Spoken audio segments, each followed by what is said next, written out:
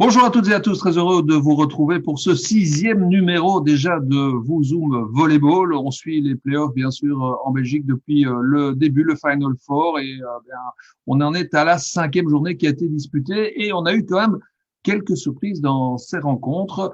On a le plaisir de les commenter avec nos invités habituels, Frédéric Servotte, le T2 de Warem et Marc Van Vilkeroy, bon consultant pour les rencontres en direct. Alors Frédéric, on va commencer par votre match. À nouveau, ça a été quand même assez compliqué cette rencontre face à Ghent. Vous aviez des espoirs, mais on va tout de suite écouter votre terrain, Sacha Koulberg, qui était quand même assez déçu à l'issue de la rencontre. J'avais espéré beaucoup plus dans le match. Au centre, on était nulle part, alors que Gand a bien joué au centre. Ça veut dire qu'au service, on était nulle part non plus. Et le premier set, on ne savait pas défendre. Au deuxième set, on a montré un peu plus de combativité. Et puis le dernier, c'était un petit set de trop, à mon avis. Ça n'allait plus du tout. Voilà, c'est un jugement, on va pas dire sévère, mais quand même assez net par rapport à ce qui s'est passé. Pas de jeu au centre, pas de réception, pas de défense. Évidemment, ça fait beaucoup en volleyball, hein. Effectivement, ça fait beaucoup. Disons qu'on a eu peine à rentrer dans le match. Et puis alors après, donc avec le peu d'efficacité au centre et également à l'aile, heureusement bien emmené par le capitaine, donc Romain Labinet, qui lui tirait le groupe comme il pouvait face aux assauts de Ghent, mais ça n'a pas suffi évidemment pour prendre le dessus. Un bon rebond dans le courant du deuxième set avec beaucoup d'échanges, beaucoup de rallyes, mais seulement peu d'efficacité en bout de course, beaucoup de réalisme avec Ghent qui clôturait plus facilement les points que nous à ce niveau-là. Et puis après, évidemment, comme le disait Sacha, le troisième set, là, à un moment donné, on a commencé à lâcher petit à petit, voyant que ça devenait de plus en plus difficile encore de faire chaque point. Donc voilà, c'était un match assez compliqué. On attendait évidemment beaucoup plus de ce match. Mais bon, voilà, Ghent s'est montré plus réaliste et plus fort et surtout plus constant que nous dans les différents départements du jeu. Oui, pourtant, Frédéric, il y a un des attaquants principaux, Jente de Vries, qui n'était pas de la partie. Euh, Ils ont résolu le problème, je dirais, en le regardant en résumé et de l'extérieur grâce à une excellente performance de groupe. Et si on regarde le classement aujourd'hui, si on regarde simplement les points qu'ils ont engrangés, voilà une équipe qui montre finalement qu'elle peut jouer pour la 5e place et peut-être pour un billet européen. Est-ce que franchement, on les attendait à ce niveau-là en début d'année? À ce niveau-là, en tout cas, leur prétention était certainement d'atteindre ce niveau. Voilà, ils atteignent ce niveau sur la fin de saison. Ils montrent aussi également qu'ils ont un groupe assez complet également qui a résisté aux différentes blessures, aux différents aléas que peuvent comporter une saison. Et ici, donc, même avec Jente de Vries sur le banc, un Jom Van Dam l'a très très bien remplacé également, puisqu'il était aussi également avec un pourcentage d'efficacité, pourcentage de points à l'attaque de l'ordre du 50%. Donc, pour un opposite, évidemment, ce n'est pas négligeable. On compte également leur bonne présence au centre donc après, ça devenait beaucoup plus compliqué et plus facile également pour leurs alliés. Donc, on a été pris de toutes parts si on revient sur notre match. Mais donc voilà, ils ont un excellent groupe et maintenant, ce sera décisif. Ça sera décisif sur ce final contre Hackle lors de la dernière journée. Est-ce que de votre côté, bon, c'était une saison évidemment très particulière, c'est le cas pour tout le monde, hein, tout le monde est sur le pied d'égalité à ce niveau-là, mais peut-être que quand on est un peu moins favori dans une division et dans des playoffs, c'est plus compliqué encore à gérer. Est-ce que dans ce match-là, vous sentez, Frédéric, je vais pas dire qu'il y a du renoncement, mais qu'il y a une certaine saturation, une certaine lassitude sur la longueur de la saison et il n'y a plus beaucoup d'enjeux outre le fait de gagner un match, évidemment, c'est compliqué quand même de vraiment s'investir à fond dans ces conditions-là. Ouais, les gars et le staff sont ultra motivés aussi pour encore remporter un match. Donc voilà, on espérait en rapporter encore deux. Maintenant, il leur reste plus qu'un évidemment à jouer. Donc la motivation est là. Maintenant, oui, ok, il y a toujours le fait, ok, on n'a pas gagné beaucoup cette saison. Ok, pas de problème. Mais ça fait partie du lot de cette saison avec les aléas. Ça a été un peu plus compliqué avec l'absence, en tout cas la blessure qui a mis à terme à la saison de notre centrale, donc où il a fallu réadapter encore la composition d'équipe. Et là, on a senti que son absence a perturbé quelque peu l'équilibre de l'équipe et ça a été en tout cas difficile durant ces playoffs. Donc voilà, mais la motivation reste de mise et notre objectif reste bien clair, c'est de, comme l'a dit également Sacha, bah, c'est qu'on reste dans la course, gagner ce match aussi également, hein, donc contre Alost à domicile. On est plus fort à domicile évidemment, donc on compte bien le montrer à nouveau ce week-end. Alors, on l'a déjà un petit peu évoqué. Évidemment, Ghent est venu aussi jouer ce match avec la volonté de le gagner parce que eux peuvent encore prétendre à la première place. Alors, on attendait aussi l'autre gros match dans cette poule des perdants. C'était la rencontre entre Alost et Hakel. Et là, grosse surprise quand même, victoire finalement de Hakel 2-3 face à une équipe d'Alost qui est définitivement éliminée de la possibilité de se qualifier pour la Coupe européenne. Ça, c'est quand même la grosse surprise de cette poule, non? Ils ont manqué les playoffs, on sait maintenant, et maintenant, il manque également la 5e place et le dernier ticket européen. Donc, effectivement, dans cette équipe, on se pose des questions, beaucoup de questions. Il y en a qui parlent de crise. Alors, peut-être que le mot crise est un petit peu fort. Ce qui est sûr, c'est que je pense qu'ils ont la gueule de bois du côté d'Alost, hein, c'est certain. Les joueurs, ils ont douté, on l'a vu, jusqu'à la fin de la saison. Ils sont devenus très fébriles face à une équipe d'Hakel qui, elle, était extrêmement réaliste. Alors, comme on disait déjà la semaine dernière, on va se poser des questions. L'entraîneur de Vogel a de nouveau dû puiser dans son chapeau tactique pour trouver des solutions. Je trouve que c'est très compliqué, Philippe et Fred, à chaque fois de devoir trouver des solutions parce qu'on a besoin de joueurs qui sont de véritables couteaux suisses, en fait. Hein, on prend un gars à la passe, on le fait jouer au 4 en réception attaquant. Alors, on le fait jouer aux libéraux aussi. C'est compliqué de trouver des joueurs qui ont un profil qui peut fonctionner vraiment à la couteau suisse. Alors, je me demande si ça n'a pas été plus perturbant qu'autre chose, finalement. En tout cas, l'équipe super fébrile. Je ne sais pas si on peut s'interroger sur l'avenir du coach. Je ne sais pas s'il est toujours sous contrat. Mais en tout cas, il y a le feu pour l'instant, c'est sûr. Donc, ce résultat fait évidemment l'affaire surtout d'Hakel, qui pointe en tête maintenant après 5 journées avec 11 points, 2 points d'avance sur Ghent, qui vont recevoir lors de la dernière journée. Donc, pour eux, l'essentiel, c'est de gagner, mais ils pourraient même perdre 3-2. Ils seraient encore premiers de ce groupe. Donc, ils sont ultra favoris pour cette dernière journée. Personne ne les attendait quand même aussi haut dans cette compétition. Hakel avait l'ambition suite à son dernier championnat. Donc, elle annonçait vraiment l'ambition de terminer dans le haut de panier, de terminer dans les playoffs 1.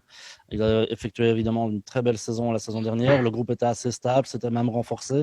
Donc, c'est une équipe qu'on devait certainement attendre à jouer les premiers rôles, en tout cas pour se qualifier pour les playoffs 1, voire terminer en tête des playoffs 2. Donc voilà, on les voit ici arriver, terminer en boulet de canon pour saisir leur opportunité.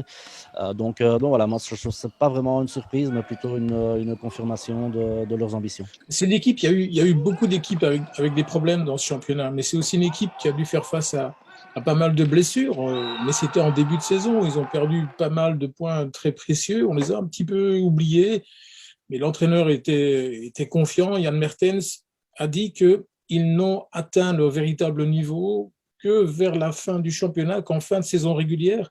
Et c'est peut-être à ce moment-là qu'on a vu le véritable Hakel émerger véritablement. Et la victoire 3-2, c'est la preuve ultime que c'est une formation qui peut rivaliser avec les meilleurs en Belgique si toutes les conditions sont là, quoi. Ils avaient un peu douté en début, puisqu'ils avaient été battus à domicile par Alost 1-3. Donc, on s'était dit à ce moment-là, c'était le match au sommet un petit peu dans cette poule des perdants. Ils l'ont perdu à domicile. Alost paraissait encore le favori à cette époque-là. Et puis, pour Alost, c'était après que des défaites.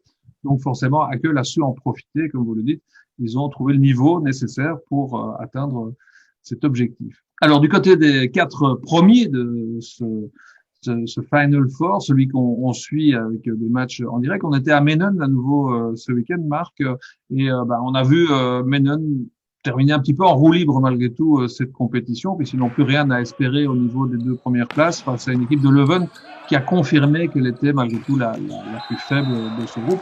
Elle n'a pas démérité, se sont battus quand même dans le 3e set pour en remporter un, mais malgré tout, il y avait quand même un petit écart entre les deux. Bon, on va rester positif, en tout cas sur les points positifs. L'équipe de Yale Sinesal est assurée de la 3e place. Ça, c'est vraiment bien. Si je ne me trompe pas, ça équivaut au meilleur résultat du club de son histoire, je pense. Et puis, on parlait de Sinesal. Le capitaine a été super efficace. Je vais essayer de ne pas me tromper dans les points cette fois-ci, mais je pense qu'il est aux alentours de 14 points et la moitié des points inscrits sur des contres. C'est assez dingue. Donc, il va en plus terminer la saison parmi les meilleurs centraux de Belgique. Et quand ça coinçait un petit peu au niveau du filet, il y avait le jeune Sepperotti qui prenait la balle au service et qui inversait la tendance. Parfois, c'était très déséquilibré à redresser comme situation, mais il a été très performant. Donc, ils vont aller à Maaseik la semaine prochaine. C'est le dernier match de la saison et je pense qu'ils sont assez tranquilles. Ils y vont l'esprit léger, c'est sûr. Oui, parce que au total, Frédéric, c'est quand même une très belle performance que de terminer 3e de cette compétition pour Menon. C'est au-dessus des attentes probablement. Oui, certainement. Donc, on connaît les favoris que nous retrouverons donc en finale, comme Roeselare et Maaseik. Maintenant, cette 3e place convoitée n'est évidemment pas facile à atteindre et l'atteindre de la manière dont ils l'ont faite, c'est assez remarquable. Donc, avec une équipe assez bien balancée et qui a su trouver aussi les solutions quand un département du jeu allait moins bien. En l'occurrence par le biais de son capitaine Sinesal, mais également, comme tu le disais, donc Marc, le jeune Roti, qui lui a bien fait une excellente rencontre avec une bonne réussite en réception, bonne stabilité aussi au niveau d'efficacité devant au filet, bonne pression au service.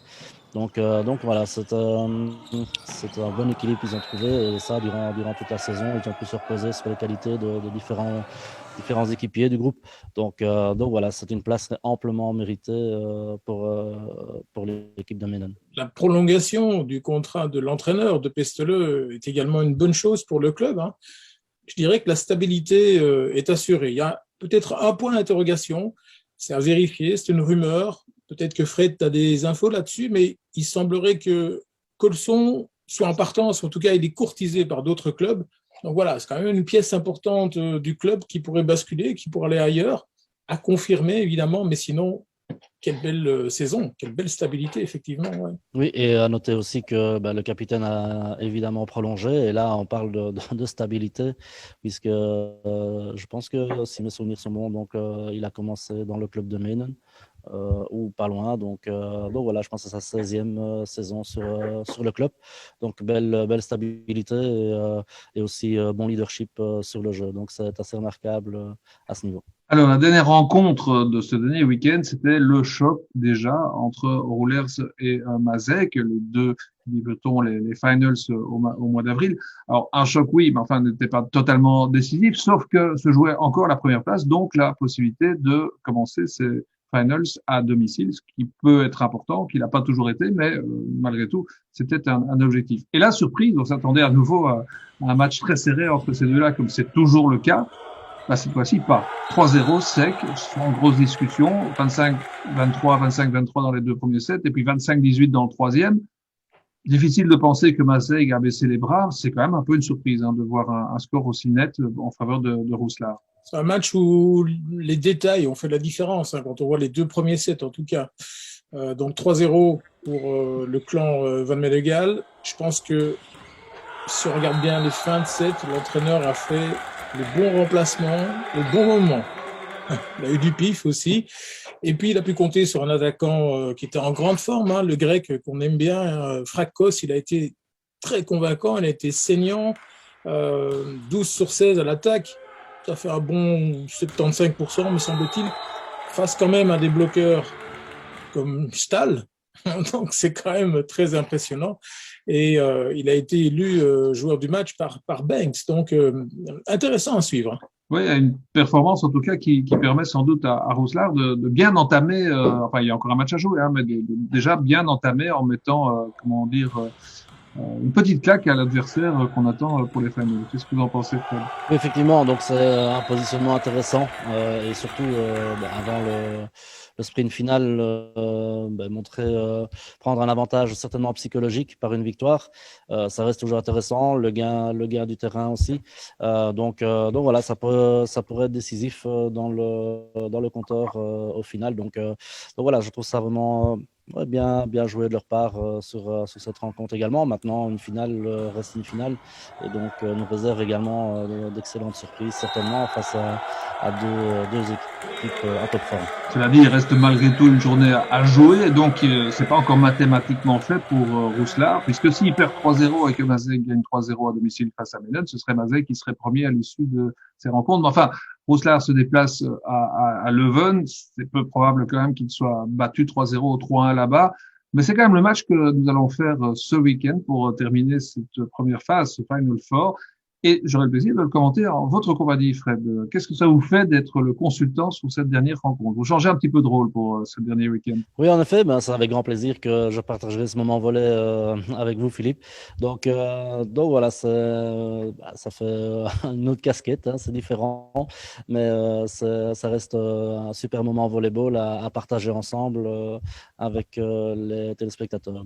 Alors par contre, on peut déjà vous annoncer le programme volleyball du mois d'avril et vous allez voir, il est particulièrement chargé. Les finals vont commencer le 3 avril, c'est un samedi, on n'a pas encore les horaires précis, on vous les donnera un petit peu plus tard, c'est le premier match évidemment, les finals entre Rousselard et Mazej. Le match 2, ce sera le 7 avril, 4 jours plus tard. Le troisième match, ce sera le 10 avril, le samedi suivant. Ensuite, on fera la première demi-finale des femmes, ce sera le 13 avril. Le 14 avril, si nécessaire, il y aura le quatrième match entre Rousselard et Mazej.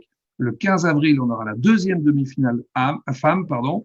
Le 17 avril, ce sera le cinquième match, si nécessaire, entre Roulers et Mazej. Et puis la finale femme sera le 18 avril. Je pense qu'on n'a jamais eu autant de directs de volleyball qui s'enchaînent sur les chaînes. C'est vraiment très bien. Ça fait à peu près, potentiellement, hein, tous les matchs sont pas certains puisque c'est entre 3 et 5 rencontres pour les finals. C'est entre 6 et 8 matchs en 15 jours. Ça, c'est une grande première et on est donc tous les trois très heureux que ça se passe comme ça, j'imagine en tout cas. Il va falloir travailler son physique. Il va falloir travailler son physique pour être au niveau aussi. Et puis, Frédéric, est-ce que vous avez une leçon à tirer déjà pour votre équipe et vous-même en tant que coach pendant cette saison et pendant cette période de play-off qui a été un peu particulière? Est-ce que ça permet de construire l'avenir? J'imagine que oui, mais quelle est la leçon que vous tirez de ce que vous avez vécu ici? Oui, la leçon qu'on peut tirer, et même vis-à-vis déjà de VBC Warren, mais également des autres équipes, c'est qu'à partir du moment où l'équipe est en pleine possession de ses moyens, ou en tout cas si on évite les quelques blessés, les groupes bien complets jusqu'au moment décisif, alors là, on atteint vraiment son potentiel de forme. De notre côté, on a dû se réadapter au même titre que l'équipe d'Alost qui était en peine également. Donc voilà, ça c'est vraiment la conclusion, en tout cas, de l'expérience qu'on peut tirer sur cette année, certainement. Eh bien, on en fera en tout cas la conclusion de ce Zoom. On en fera encore chaque semaine. Ça va être un peu plus compliqué en mois d'avril parce qu'avec tous les matchs, je sais pas trop comment on va s'en tirer on trouvera une solution. On essaiera de vous tenir informés. Bon, là, évidemment, tous les matchs sont en direct, donc c'est un peu plus. C'est pas aussi intéressant peut-être de faire des Zooms aussi longs pour reprendre ce qui s'est passé dans les autres rencontres, puisqu'il n'y en aura pas d'autres. On fera évidemment peut-être des retours plus précis sur certaines choses qui se passeront durant ces finals. Voilà, merci à tous les deux une fois encore, et puis très très bon volleyball à tous. À très très bientôt. Ciao. Avec plaisir. Bye bye. Bye.